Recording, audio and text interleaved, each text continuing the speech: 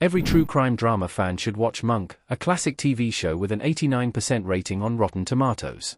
As one of the best detective TV shows ever, many are familiar with Tony Shalhoub's portrayal of the iconic Adrian Monk, but there are some fans of the crime drama genre who have strangely never heard of Monk.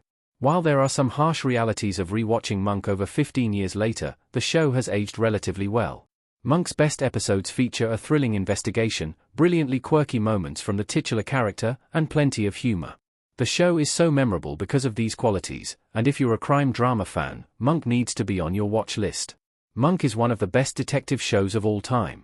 Adrian and Sharon are at a crime scene, staring at something intently across the room, in Monk. Monk is an uncomplicated crime TV show that keeps it simple, but this doesn't mean it's dumbed down for audiences, either.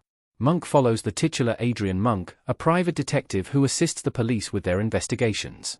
However, while Sherlock Holmes does influence the character, Adrian differs from the famous literary character in a lot of ways.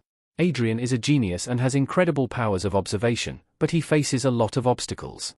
The identity of Trudy's killer in Monk plagues Adrian throughout the show, and her demise results in a nervous breakdown. Adrian also has OCD, and his daily experiences with his mental health condition are a big focus in Monk. Monk was a procedural, but it never became boring. Adrian and Leland stood together on a roof, staring out at something, in Monk. Monk is technically a procedural, but it doesn't always feel like it. A majority of procedurals have an ensemble or rotating cast, and while there are other important characters like Natalie, Trailer Howard, and Shorona, Bitty Schramm, Adrian's arc is what pushes the story forward. If anything, Monk is a modern procedural show that redefined the genre.